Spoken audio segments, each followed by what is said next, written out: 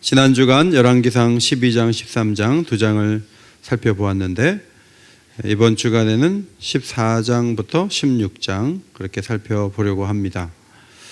주일 설교를 지난 한 주간 동안 묵상하다가 제일 마음에 와닿고 은혜되는 본문을 정해서 계속 전했는데 오늘은 잠깐 시편으로 왔습니다. 구약 성경을 보면 모세오경이 끝나면서 역사서가 시작이 되는데 긴 역사서의 말씀을 끝나면 5권의 시가서가 나오죠. 욥기, 시편, 잠언, 전도, 아가서 5권이 나오는데 그 다음에 선지서가 나와요. 그래서 역사를 통해서 교훈을 많이 받은 다음에 시편에서 힘을 얻고 다시 예리한 선지서를 읽도록 그렇게 배치한 것을 볼 수가 있습니다. 일반적으로 시편 말씀을 독자들의 감정을 달래주고 위로를 해주는 효과가 있는 것으로 그렇게 우리가 알고 있습니다. 사실 병원 신방 갈 때 가장 많이 읽어드리는 말씀이 시편에 있고, 여러분도 어려움 당했을 때 시편을 읽으면서 내가 처음 이 어려움을 당하는 사람은 아니구나, 이런 고민이 있었고 하나님에 대한 탄식, 하나님에 대한 의심, 그런 아픔이 옛날에 이 시를 쓴 사람도 있었구나 하면서 시편을 읽으면서 우리는 많이 회복이 되죠. 그러나 시들이 150편이나 있고 너무 반복되는 내용이 많아서 그 차이점을 모른 채 지루한 마음으로 시편을 읽기도 합니다. 그러나 오늘날 시편 150편의 시들이 아무렇게나 그냥 여기저기 흩어서 150개가 묶여진 것이 아니고 최종 배열하는 사람의 의도 속에 통일되는 메시지를 전하기 위해서 배치되었다, 이런 이론이 신학계에서 힘을 얻고 있습니다.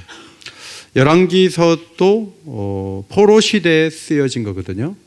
왕들이 다 없어지고 역사가 완전히 무너지고 성전이 없는 가운데 성전에 대한 자료들을 찾아서 또 성령의 감동으로 열왕기서가 기록이 되었는데, 시편의 상당 부분도 포로기에 쓰여졌을 뿐만 아니라 전체 150편이 이런 순서로 된 것은 나라를 잃어버리고 누군가 이 시를 이렇게 배치를 했다는 것입니다.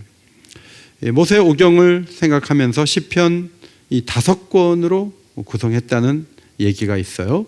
시편이 한 권이지만 5권으로 되어 있어서 제1권, 제2권, 여러분 보다 보면 있잖아요.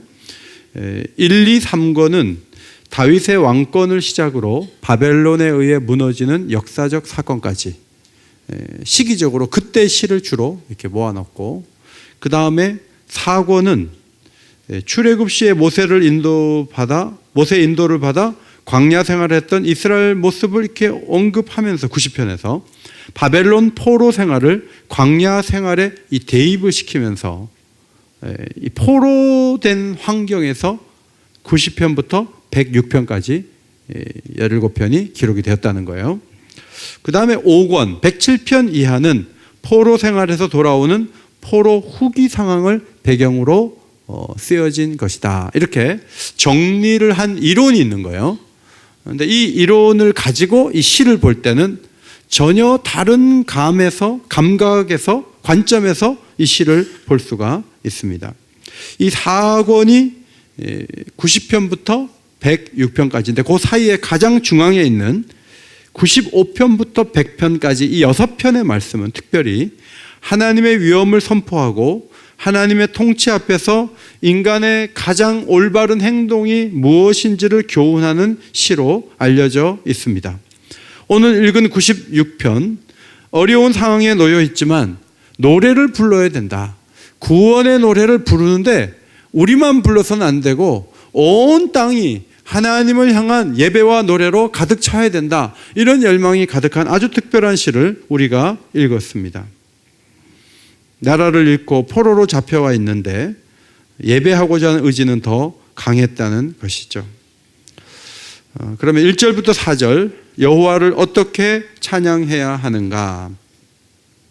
자, 다시 한번 1절부터 4절까지 읽는데, 여러분이 지금 너무 추위를 통과하고 오셔가지고 손도 얼어 있고 목소리, 성대도 얼어 있어요. 그래갖고 굉장히 지금 소극적이고 그냥 이 교회당이 좀 더 따뜻했으면 하고 온도에 대한 민감함이 있으신데 조금 마음을 열고 1절부터 4절까지 우리 한번 다시 큰 소리로 읽도록 하겠습니다. 시작. 새 노래로 여호와께 노래하라. 온 땅이여 여호와를 노래할지어다. 여호와께 노래하여 그 이름을 송축하며 그의 구원을 날마다 전파할지어다. 그의 영광을 백성들 가운데 그의 기이한 행적을 만민 가운데 선포할지어다. 여호와는 위대하시니 지극히 찬양할 것이요 모든 신들보다 경외할 것임이며 그랬어요. 1절에서 새 노래로 여호와께 노래하라 그러면서 노래라는 단어를 4번이나 썼어요. 1, 2, 3절을 쭉 보시면 노래라는 단어를 4번 쓰고요.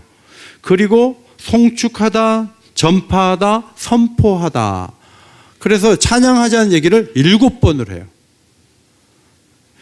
뚜껑을 열자마자 너무 노래를 하자고 요란할 정도로 반복해서 얘기하는 것을 볼 수 있어요. 이렇게 함으로 시인은 흥겨운 분위기를 만들려고 애를 썼는데 시를 해석하는 방법 중에 하나는 이런 방법이 있어요. 앞에 시와 연결되어 있을 수 있는 가능성이 있는 거예요. 배열을 할 때 그냥 막 흩어갖고 한 게 아니고 앞에 시와 뒤에 시를 흐르게 배열하는 의미도 있기 때문에 그래서 95편에 무슨 일이 있었길래 이렇게 노래하자고 하는가 95편을 조금 살펴볼 필요가 있는 거예요. 95편을 보면 하나님 앞에 찬양하자 하면서 그분이 크신 분이시고 모든 것을 만드신 분이시다 하면서 하나님께 예배를 드려야 되는데 출애굽 역사를 보면 하나님을 배신하고 하나님께 등 돌리고 하나님께 잘못한 것이 너무 많다는 거예요. 하나님의 근심거리가 됐다는 거예요. 그래서 95편 끝을 보면 11절을 보시면 11절 한번 같이 읽겠습니다. 시작.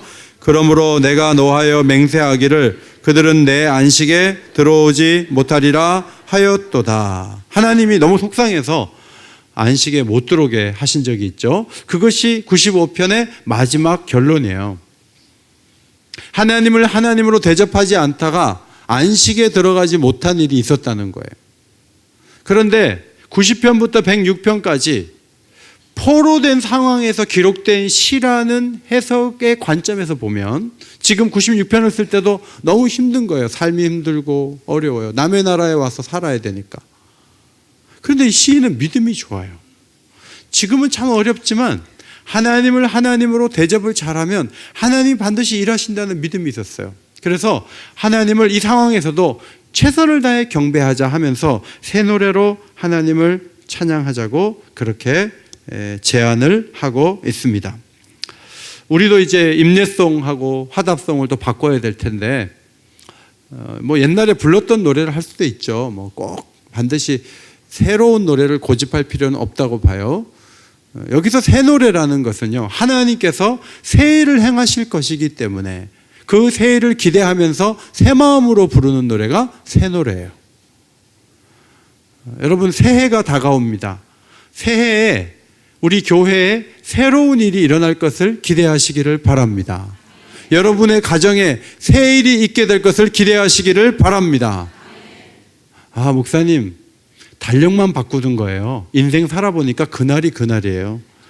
그런 거 새로운 거 없습니다. 우리는 그렇게 말할 수 있지만 하나님은 지금까지 행하셨던 것과는 전혀 다른 일들을 계획하고 계시고 우리의 새로운 시간 속에 그 새 일을 펼쳐나갈 계획과 능력을 갖고 계신 분이에요.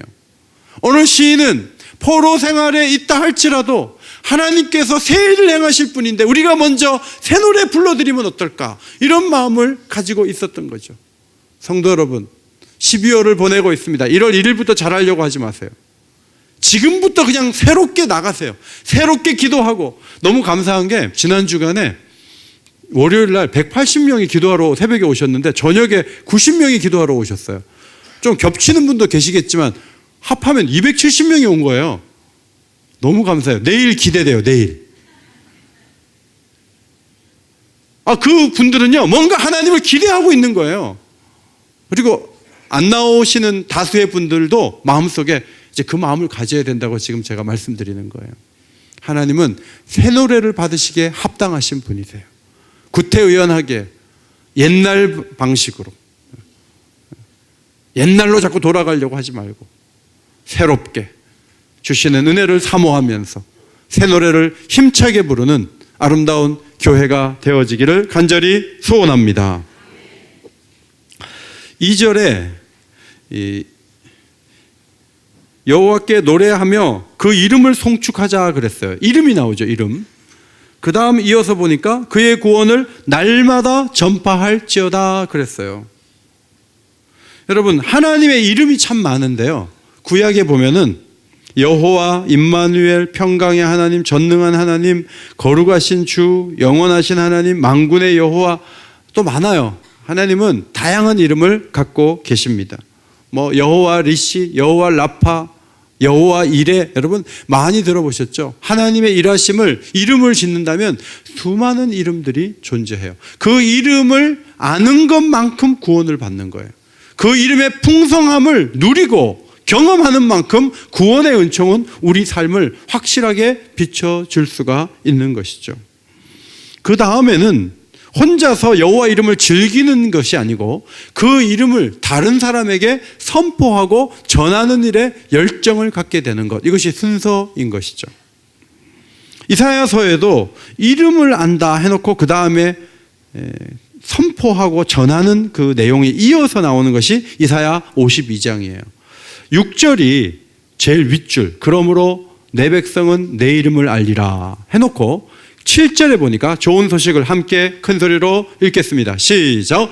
좋은 소식을 전하며 평화를 공포하며 복된 좋은 소식을 가져오며 구원을 공포하며 시온을 향하여 이르기를 내 하나님이 통치하신다 하는 자의 산을 넘는 발이 어찌 그리 아름다운가 그랬어요. 이름을 아는 데서 그치지 않고 기독교 신앙은 좋은 소식을 전해주고 싶고 그 좋은 소식을 전하는 가운데 그 일을 위해서 산을 넘는 자의 그 발걸음이 얼마나 아름다우냐, 그렇게 기록이 되어 있어요. 새해에도 주의 이름을 아는 만큼 선포하는 주의 백성들이 되시기를 바랍니다. 그것이 여러분이 사는 것이고 그렇게 하려고 이름을 알게 한 거예요. 저는 이제 운동도 하지만 탁구장 가서 미니스탑 가서 마지막 이제 뒤풀이를 해요. 진 팀이 뭐 꼭 한 5, 6천 원 들여서 뭘 사줘요. 제가 이렇게 사주는 날은 제가 꼭 예수님 얘기를 해요. 예수님 얘기를 하고 전도하는 얘기를 이렇게 해요. 그러면 탁구장에 눈치 빠른 분들이 자 이제 우리 일어납시다. 이제 목사님 또 시작합니다. 우리 갑시다. 라고 쫙 일어나요. 그런데 이렇게 전하고 오면요 기분이 좋아요.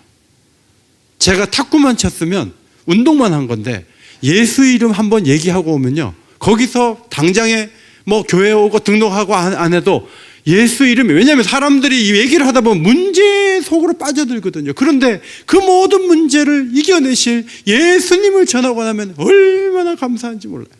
새해에는 하나님을 더 잘 알 뿐만 아니라 그 이름을 선포하는 전도자가 되고 선교하는 사람이 되고 믿음의 사람들이 되시기를 바랍니다. 오늘 시인에게 그런 열정이 있었다는 거예요. 3절, 하나님의 영광을 백성 가운데 기이한 행적을 만민 가운데 선포할지어다 그랬어요. 여기 영광은 이 카보드라는 히브리 말인데요, 풍부하다는 뜻이 있어요. 여러 가지 뜻 가운데.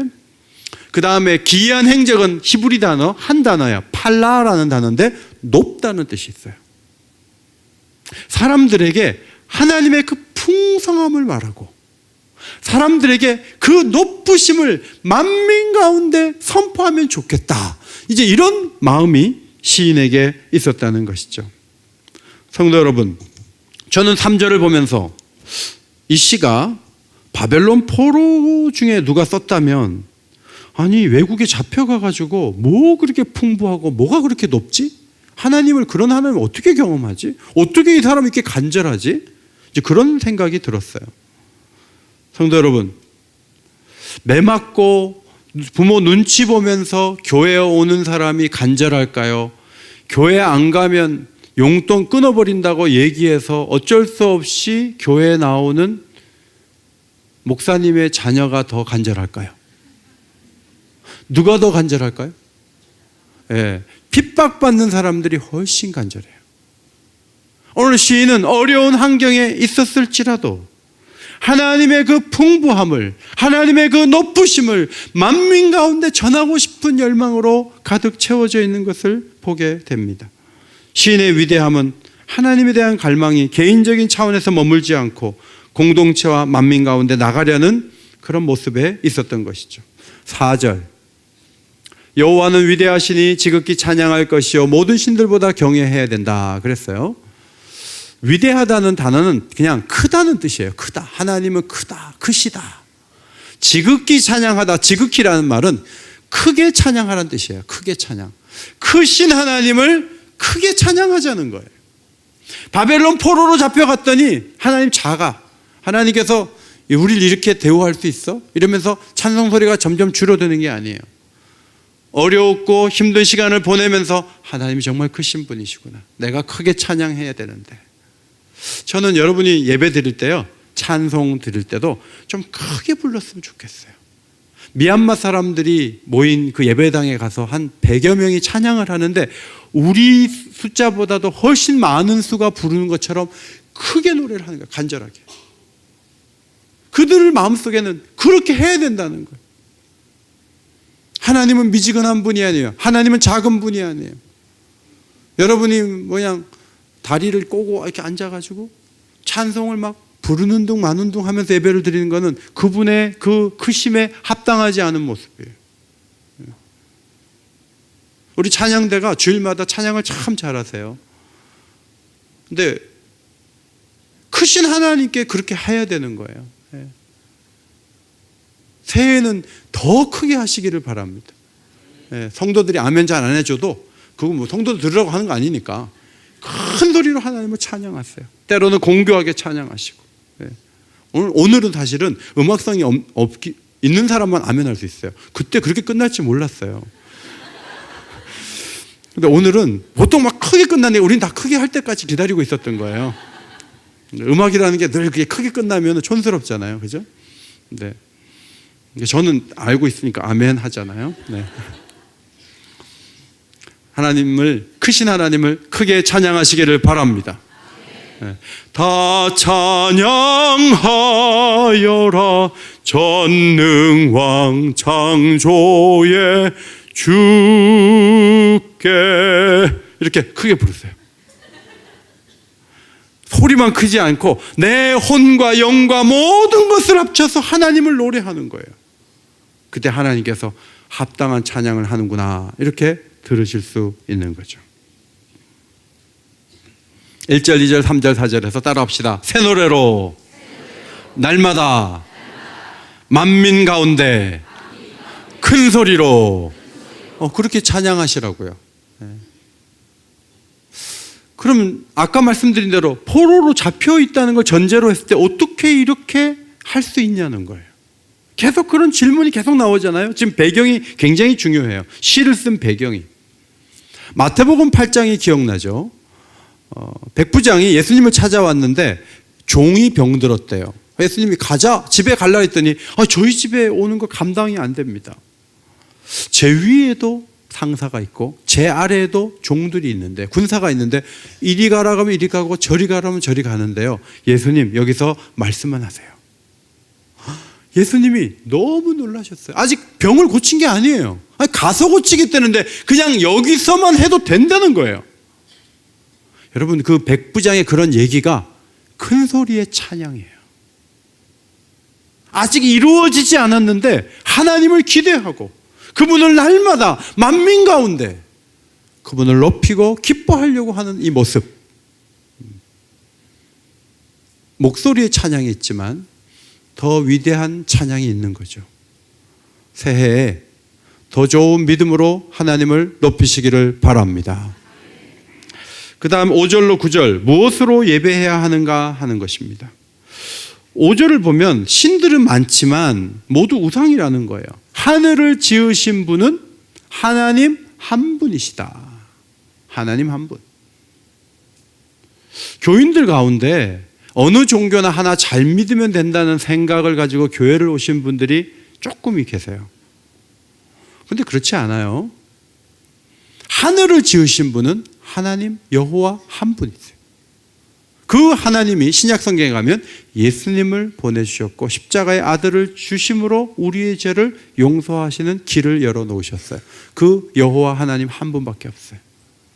어떻게 기독교는 이렇게 편협하냐, 남의 종교 다 무시하고 자기네들끼리만 참신을 섬기는 것이냐, 뭐 그렇게 욕을 해도 우리는 하늘을 지으신 분은 하나님 한 분밖에 없다고 우리는 믿어요. 근데 하나인 거 많잖아요. 하나인 거 많아요. 결혼 반지 몇 개? 결혼 반지? 결혼식 때 받은 반지 몇 개? 하나예요. 목사님 저는 5개인데요. 결혼 5번 하신 거예요. 하나님 한 분이에요. 연세 많은 할머니들을 어머니라고 부를 수는 있지만 나를 낳으신 어머니는 몇 분? 한 분이에요. 천지를 지으신 여호와도 한 분이세요. 이 한 분을 섬기는 게 굉장히 중요해요. 6절, 여호와께는 존귀와 위엄이 있다 그랬어요. 그 성소에 능력과 아름다움이 있다고 했습니다. 가나안 신전에 주신이 있으면 그 옆에 밑에 졸개들 신이 있단 말이에요. 여러 신들이 있고 큰 신이 하나 있는 거예요. 기독교는요, 하나님이 계시고 작은 신들이 있는 게 아니에요. 하나님이 계시고 옆에 존귀와 위엄이 있는 거예요. 그 점에서 이방신과 차이가 있는 것이죠. 이미 무너진 성소이지만 그 성소에 하나님이 보여주셨던 그 강함과 그 아름다움, 화려함이 시인의 마음속에 남아 있었습니다. 그래서 7절 말씀 앞에 보시고 같이 읽어요. 시작. 만국의 족속들아, 만광과 권능을 여호와께 돌릴지어다. 여호와께 돌릴지어다. 족속이라는 말은 나라를 구성하는 부족들을 말해요. 우리는 그냥 한 족속이죠. 한민족은 한 족속인데 나라들 보면 싱가포르도 족속들이 많더라고요. 여러 나라들이 이렇게 족속들이 많아요. 그 사람들이 각기 자기의 종교를 섬기게 되어 있지만 이것을 다 모아서 모두가 여호와께 영광과 권능을 돌릴지어다. 부활하신 예수님께서 마지막으로 유언적 명령을 주신 말씀이 마태복음 28장이죠. 너희는 가서 모든 민족을 제자로 삼아 아버지와 아들과 성령의 이름으로 세례를 주라 그랬어요. 갑자기 모든 민족이 왜 나옵니까? 모든 민족은 예수님이 갑자기 하신 말씀이 아니고 구약 성경에 이미 모든 민족에게로 가려고 하는 그런 예언들이 너무너무 많은 거예요. 그 뜻을 이제 예수님이 오셔서 이제는 이루시겠다고 선포하시는 것이죠. 지난 주일 네팔에 있는 툴룽족 3만 5천 명 툴룽족을 위해서 정영준 선교사님께서 20여 년에 걸쳐 신약 성경을 번역하고 시편을 번역해서 하나님께 봉헌하고 그 가운데 누가복음을 달달 외우는 아이가 나오고 그런 놀라운 이야기들을 우리에게 들려주셨어요. 그런 선교사님을 볼 때 하나님께서 모든 족속에게로 진짜 가서 그들에게 경배를 받으시려고 저런 선교사님을 보내시는구나. 그래서 모든 종족이 다 언어를 갖고 그리고 문자를 만들어서 성경을 번역해서 그들이 하나님을 온전히 섬기도록 하는 일에 하나님은 오늘도 자기의 일꾼들을 배치시키는 거죠. 새해에도 여러분 가족 가운데 예수를 안 믿고 있는 분들이 예수를 믿게 되는 역사가 있게 되시기를 주의 이름으로 축원합니다. 그리고 내 가족, 내 사회, 내가 있는 사회만이 아니라 모든 민족에 대한 관심을 가지세요. 그리고 온 세계가 하나님 앞에 나오는 그 일을 위해 헌신자가 됐어요. 그래서 선교적인 교회가 되는 게 너무너무 중요해요. 8절, 여호와의 이름에 합당한 영광을 그에게 돌릴지어다. 예물을 들고 그의 궁정에 들어갈지어다.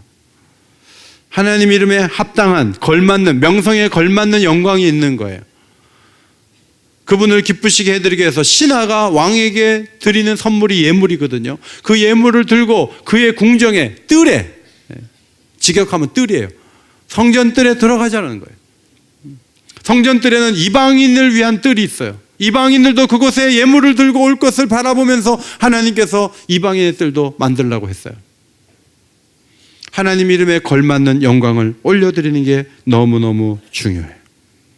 성경 역사를 보면 하나님 영광에 걸맞는 영광을 돌리지 않는 왕들이 너무나 많았어요. 다윗이 여러분 중간에 범죄했고 잘못했음에도 불구하고 하나님께서 다윗은 온전해, 다윗은 정직해 이렇게 칭찬하신 이유가 뭔지 아세요? 다윗이 온전하고 바르게 하여 하나님 앞에서 행했다고 자꾸 칭찬하시는데 그 이유는 왕이 될 처음에는 법궤를 가지고 오려고 애쓰고 성전을 짓겠다고 제안하고 마지막에는 성전 지을 준비를 다 하고 죽었어요. 하나님을 하나님으로 대접하는 게 다윗만큼 평생 잘한 사람이 없어요. 그런데 솔로몬은 그렇게 하지 못했고요. 솔로몬에게 나라를 뺏어 주었던 여로보암 왕도 하나님을 등 뒤에 버렸다고 열왕기상 14장에 기록이 되어 있습니다. 성도 여러분, 새해에는 하나님을 하나님으로 잘 대접하려고 애쓰는 믿음의 식구들이 되시기를 바랍니다. 이것이 매우 중요해요. 하나님은 많은 걸 가졌으니까 모든 걸 내가 받아내야지, 무조건 달라고 해야지. 그러면 사람도요, 줄 게 있어도 자꾸 달라고만 하면 주기 싫어요. 하나님에게 감동을 주는 거죠. 하나님께 합당한 영광을 자꾸 돌려드리면서 하나님이 줘야 되겠다, 솔로몬처럼 베풀어 줘야 되겠다, 구하지 않은 것까지도 줘야 되겠다, 이런 마음을 갖게 하는 정신, 그것이 필요한 것이죠. 자, 9절 말씀 같이 읽겠습니다. 앞에 보시고 9절 같이 읽겠습니다. 지금 하나님에 대한 것을 말씀드리고 있는데 여러분이 복받을 얘기죠. 근데 하나님에 대한 1차적인 말씀이기 때문에 조금 여러분이 좀 멀리 보일 수 있지만 마음을 열고 9절을 읽겠습니다. 시작. 아름답고 거룩한 것으로 여호와께 예배할지어다. 온 땅이여 그 앞에서 떨지어다. 여기 거룩한 것이 베하드랏이라는 히브리어 단어가요, 거룩한 복장을 한다는 뜻이에요. 거룩한 복장을 하고, 장식이 되어 있지만 거룩한 복장을 하고 하나님 앞에 예배하자는 거예요. 구약 성경에도 제사장 옷이 나오는데 시편 132편에 의를 옷 입고 이런 표현이 있거든요. 신약에 가면 로마서 13장 14절 오직 주 예수 그리스도로 옷 입고 그랬어요. 그리고 골로새서에 가면 하나님이 택하사 거룩하고 사랑받는 자처럼, 따라합시다, 긍휼과 자비와 겸손과 온유와 오래 참음을 옷 입고 하나님 앞에 제대로 나가야 돼요. 제가 아내에게 고마운 점 중에 하나는 제가 주일 설교할 때 등이 구겨지지 않은 옷을 입도록 항상 깨끗하게 다려가지고 딱 걸어놔요. 예배하고 설교하는데 깔끔한 옷을 입도록. 그래서 제가 주일날 입는 옷은 제일 좋은 옷이에요. 그리고 제일 깨끗한 옷이에요. 하나님 앞에 나갈 때 이 옷도 중요한데 이 내면이 예수를 담고 변화되고 새롭게 되고 은혜로운 모습으로 나와서 예배하는 게 중요해요. 예배를 드리고 나서 막 싸우는 분들이 계신데 그분들은 제대로 옷을 안 입고 예배를 드렸다는 것을 보여주는 거예요. 새해에는 하나님 보시기에 더 좋은 내면의 모습을 가지고 하나님을 높이시기를 주의 이름으로 축원합니다. 그것이 우리에게 중요하죠. 그 다음 9절 하반절에 온 땅이여 그 앞에서 떨지어다 그랬어요. 하나님이 원하는 모습이 아닌 모습으로 나가면요, 옛날에 죽었다고요. 나답과 아비후가 다른 불을 사용하다가 죽었고, 홈리와 비느하스가 재물을 함부로 다루다가 전쟁터에서 죽었어요. 하나님의 임재를 보여주는 법궤를 다곤 신전에 뒀더니 다곤 신전에 다곤 신전의 그 상이 목이 막 떨어지고요, 막 팔목이 다 부러지고 나뒹구는 거예요. 하나님의 임재에 대해서 제대로 대접하지 않고 대우하지 않으면 오히려 진노를 당하는 일이 너무너무 많은 거예요. 십계명은 하나님을 어떻게 대접해야 되는가, 한 분이라는 걸 기억하라는 거예요. 형상을 만들지 말고 그 이름을 함부로 거론하지 말고 하나님을 향한 시간을 훼손하지 말라는 거예요. 그리고 하나님을 잘 섬기라는 거예요. 역사를 보면 너무나 하나님을 함부로 대우했죠. 말라기 선지자 시대에 사람들이 하나님이 뭐 어떻게 알아 하면서 대강 갖다 바쳤어요. 그러니까 하나님이 말라기 선지자 통해서 백성들에게 따졌다고요. 저는 것, 병든 것을 드리는 것이 어찌 악하지 아니하냐. 이제 그것을 너희 총독에게 드려보라. 그가 너를 기뻐하겠느냐, 너를 받아주겠느냐. 예수 그리스도께서 이 세상에 오신 이유는 모든 족속의 이런 잘못을 고치기 위함이고 합당한 경배를 하나님께 올려드리도록 하기 위함이에요. 하나님은 하늘을 지으신 유일한 창조주이십니다. 그분에게 합당한 영광을 올려드리도록 준비하는 믿음의 식구들이 되시기를 바랍니다. 마지막 세 번째 부분 10절부터 13절인데 10절을 한번 큰 소리로 성경 보시고 읽도록 하겠습니다. 10절 시작. 모든 나라 가운데서 이르기를 여호와께서 다스리시니 세계가 굳게 서고 흔들리지 않으리라. 그가 만민을 공평하게 심판하시리라 할지로다. 바벨론의 포로로 잡혀왔음에도 불구하고 하나님이 통치하시고 하나님이 자신의 의로 심판하실 것이다. 이런 믿음이 시인에게 있었어요. 하나님이 다스리고 하나님이 심판하시면 기뻐하고 즐거워할 수 있다는 것입니다. 포로로 잡혀갔으니까 하나님이 패배하신 것 같은 느낌을 가졌을 텐데 어떻게 이 시인은 하나님의 통치를 그렇게 또렷하게 볼 수 있을까? 그분의 분명한 심판을 어떻게 그렇게 확실하게 그려볼 수 있을까? 저는 그것이 좀 의문이었어요. 근데 여러분 아시는 대로 애굽에 바로가 막 안 보낸다 그러니까 10가지 재앙이 와서 초토화되면서 하나님의 영광이 애굽에 쫙 퍼지잖아요. 하나님이 놀라운 분이야. 함부로 하면 안 돼. 이게 쫙 퍼진 것처럼 바벨론으로 잡혀간 다음에 바벨론의 왕들과 페르시아의 왕들이 하나님이 굉장한 분이라는 사실을 이스라엘 백성들 때문에 알게 되고 고백했다는 선지서의 기록들이 굉장히 많아요. 느부갓네살 왕이 무슨 꿈을 꿨는데 무슨 꿈을 꾼지 모르겠대요. 해몽하래요. 어떻게 합니까? 근데 다니엘이 은밀한 일을 다 얘기하면서 해몽까지 해버렸어요. 그때 하나님께서 그렇게 했다고 하니까 느부갓네살 왕이 이런 말을 했어요. 다니엘서 2장 47절 앞에 보시고 읽어요. 시작. 너희 하나님은 참으로 모든 신들의 신이시오 모든 왕의 주제시로다. 그런데 3장에 가니까 또 교만해가지고 금신상 만들어 놓고 절하지 않으면 뜨거운 풀무불에 넣겠다 그랬어요.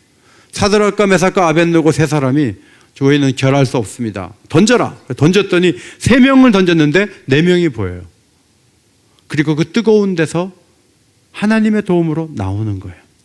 그 모습을 보고 이 느부갓네살 왕이 하나님에 대한 또 다른 고백을 한 것이 3장 28절이에요.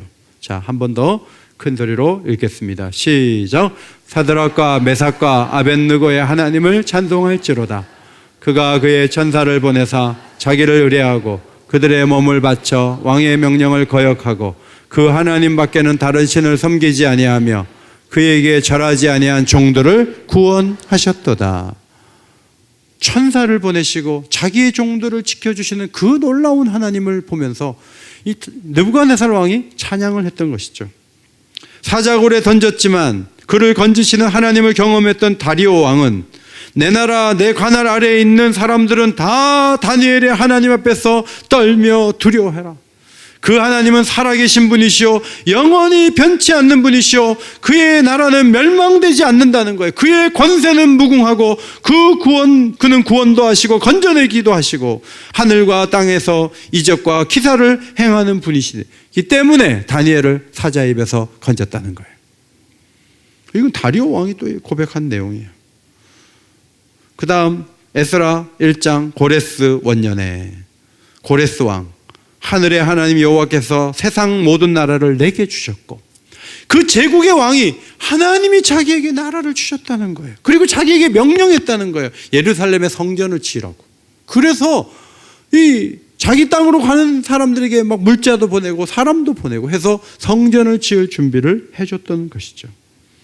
에스더를 통해 하나님은 아하수에로 왕을 움직였죠.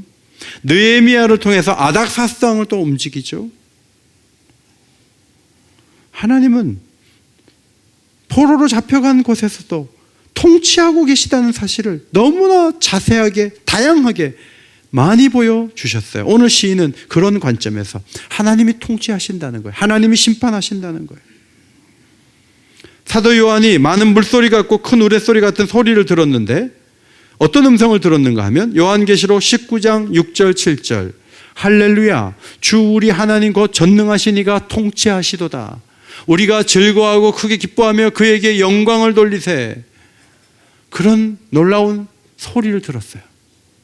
여러분, 천국이 물질도 많아서 좋지만요, 늙지 않아서도 좋지만 천국의 핵심은 뭐냐면 하나님의 통치가 있는 거예요. 완벽한 하나님의 통치. 다른 어떤 인간들이 통치하는 게 아니고 하나님이 통치해서 모든 것을 질서 있게 하고 영원히 즐거운 모습으로 살아갈 수 있는 길을 열어놓으시는 만왕의 왕이 저 천국에 계신 거예요. 그래서 그 천국이 좋은 거예요. 오늘 우리는 이 세상을 살아가면서 통치자들이 기대를 좀 하고 훌륭한 분도 계시지만 다 사람이구나 그런 생각을 할 때가 참 많지 않습니까? 마흔이 안 됐던데 핵 전문가 비핀나랑 MIT 정치학과 교수가 있어요. 어제 신문에 이분의 글이 소개됐는데 이분의 그 긴 글을 기자가 핵심을 딱 해서 이렇게 크게 글을 했는데 뭐라고 했냐면 김정은은 비핵화하는 척하고 트럼프는 믿는 척한다 이렇게 얘기했어요. 그러니까 김정은은 비핵화할 마음이 없어요. 그런데 비핵화할 것처럼 트럼프를 만나요. 트럼프는 저놈이 나 절대로 저건 믿을 놈이 못 되지 하지만 믿어주는 척을 또 해요. 그러면서 둘이서 회담을 이어가요. 이게 정치예요. 그 속에는 계산이 있고요, 때로는 그 속에는 거짓이 있어요. 그래서 정치인들의 속을 알 것 같으면서도 잘 모르겠어요. 그들은 오판할 때도 있어요. 그런데 하나님은 정치인에게만 세상의 역사를 맡기지 않으세요. 하나님은 지금도 이 세상을 통치하고 계시고 하나님은 언젠가 놀라운 심판자로 오셔서 모든 것을 정리해 주실 줄 믿습니다. 이것이 시인의 마음속에 있었던 것이죠. 포로로 잡혀가서 96편을 썼다고요. 그러면 성전이 무너졌을 텐데 사람들은 막 일하느라고 지쳤을 텐데 무슨 찬송 소리가 들려오겠어요. 그런데 시인은 찬송 소리를 들어요. 12절 밭과 거기에 있는 모든 것이 즐거워하고, 여러분 밭에 보면 뭐 깨도 크고 뭐 고구마도 크고, 그런데 그 밭에 있는 모든 것이 막 즐거워하는 모습이 보여요. 숲의 나무들이 막 즐겁게 나무와 나무의 그 소리, 이파리가 막 부딪히는 그 소리가 자기는 찬송 소리로 들리는 거예요. 성도 여러분, 찬양한 사람이 없고 교회가 문들을 닫는다고요? 그렇게만 보지 마세요. 하나님은 오늘도 받으실 찬양을 계속 받고 계시고, 새가 우는 게 아니고 찬양하는 거고요. 많은 수목들이 오늘도 하나님을 찬양하고 저 바닷속에 물고기들이 하나님을 노래해요. 하나님께 영광을 올려드려요. 고래가 내는 소리가 그냥 내는 게 아니고 그게 찬양 소리로 시인에게는 들리는 거예요. 성도 여러분, 온 세상이 하나님을 찬양하는 소리를 들으시기를 바랍니다. 여호와께서 통치하셔서 죄 많은 우리들은 찬양을 쉬고 찬양하는데 떨떠름한 모습으로 찬양할 때가 있을지 모르지만 죄 없는 수목들과 수많은 생물들이 하나님을 노래하고 기뻐하고 찬양한다는 것을 시인은 보고 있었습니다. 이 시의 절정은 13절이에요. 자, 앞에 보시고 13절의 마지막 말씀을 읽겠습니다. 시작. 그가 임하시되 땅을 심판하러 임하실 것임이라. 포로로 잡혀와서 오랫동안 생활을 한다 할지라도 하나님이 이 땅을 심판하러 오실 거야, 이런 믿음을 갖고 있었어요. 그래서 그 힘으로 이 시를 쓴 거예요. 밤모섬에서 노역을 하던, 밤모섬에서 그 노역하던 그 사도 요한이 예수님이 나타난 걸 봤죠. 그리고 7교회를 향한 메시지를 들은 다음에 하나님의 심판의 스케줄을 쭉 듣고 어린 양의 잔치와 그리고 무저갱의 마귀가 마지막에 던져지는 모습과 새하늘과 새 땅이 펼쳐지는 모습까지 다 보고 한 편의 영화를 본 듯하고 그것이 끝났어요. 그런데 그것을 보기 전 사도 요한과 본 후 사도 요한은 다른 거예요. 그 마음이 다른 거예요. 이 세상이 혼란하고 어렵고 어디로 굴러갈지 모르는 것 같지만 하나님이 다 조절하고 계시고 하나님이 보고 계시고 하나님이 때마다 심판하시고 마지막 심판까지 하나님이 하실 것을 바라보면서 시간을 보고 공간을 보고 세계를 보는 게 중요해요. 그러면 우리의 예배가 달라질 수 있다는 것이죠. 어떻게 예배해야 합니까? 자, 제가 1, 그러면 여러분이 앞에 보시고 읽으십시오. 1.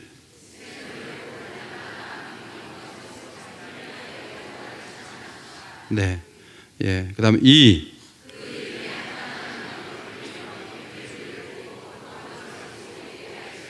예. 3. 다스리시니 기뻐하고 즐거워하며 흔들리지 맙시다.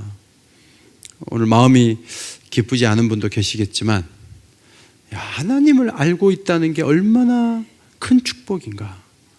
내 삶이 지금 힘들다 할지라도 나를 그냥 버려두지 아니하시고 나를 붙드실 뿐만 아니라 교회를 붙드시고 이 사회를 붙드시고 세계를 통치하시는 그 하나님이 그분의 계획대로 이끌어 가실 텐데, 그분을 향한 경배와 찬양이 부족해서 안 되겠다, 삐뚤어져서 안 되겠다, 더 온전하게 예배해야 되겠다, 이런 중심, 시인의 중심이 우리 가운데 있게 되기를 주의 이름으로 축원합니다.